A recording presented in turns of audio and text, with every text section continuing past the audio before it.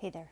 I've been meaning to record a video kind of about our year-round homeschooling because I feel like a lot of people, when they are first getting into their groove of schooling, kind of have this question of how should my school year look? Do I want a all year round schooling? Do I want to go the normal route? And I guess we chose to go year round because we have a little bit of land, and I'm pretty big into gardening, and we also I work just on Thursday mornings, so sometimes other mornings, but usually it's just once a week.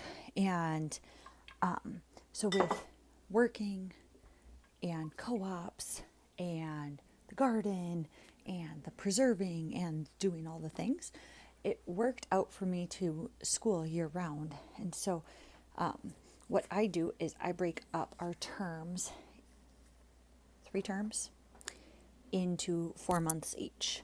And so for each month, I should get 3 weeks done, if that makes sense. So like July, we'll wrap up this year, and we'll start our next school year in August. So we go August, 3 months or 3 weeks in August, 3 weeks in September, 3 weeks in October, and then it's 2 weeks in November. And then when the 2 weeks are done in November, then we have a 2 week break. And then we repeat 3 weeks in December, 3 weeks in January, 3 weeks in February, 2 weeks in March, and then 3 weeks in April, 3 weeks in May, 3 weeks in June, and 2 weeks in July, and then 2 week break. The 2 week break seems to be about right because at the end of the 2 weeks, everybody's a little crazy, a little stir crazy, ready for some routine, getting back to the routine of life. And so with that, I'm ready to get back, they're ready to get back. And so that's how we end up doing it. And then on our 2 week break, I try and do a few things. I try to reset the school space for the following term. So sharpen the pencils, change out my artist study pictures, reset the kids' binders to have their new folk songs and recitations and poems and things like that. Switch out their Spanish books because the student books change each term. And then so on and so forth. Then I also like to pull out any new books we might need. If we finished a book, like usually we get an Arabella Buckley and a half in per term, so then I'll pull the second one.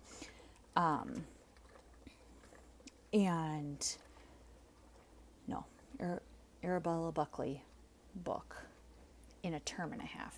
There we go. That's the words. And so then one term I'll have 2 books, kind of a thing. And so trying to do around all of that. Anyways, so that is how we do our year-round schooling. And with that, it helps that we can then do 15 school days is how I track it out within that month, quote unquote, the 3 weeks. And so I have day 1 through 5 on my planner, and I'll show you how we do this. Hold on here. Let me turn this around. Okay, so I'll have day 1, day 2, day 3, day 4, day 5. And then I will put the extra stuff on. So if I don't get to one of our days that week, I will just leave it blank, and that is where we will start the next week. So some people would call it like a loop schedule, but we are looping our 5 whole days, basically. And if there's our Thursdays and Fridays tend to be shorter school days. So if I happen to have a Thursday and it's now a Monday, I might do Thursday and Friday's work, and then Tuesday I'll do Mondays, what would considerably be a Monday, and loop that way. And some days I have to switch our timetable around a little bit or whatever. But this next year I'm trying to stick to a more consistent timetable. And so we will just swap the whole days.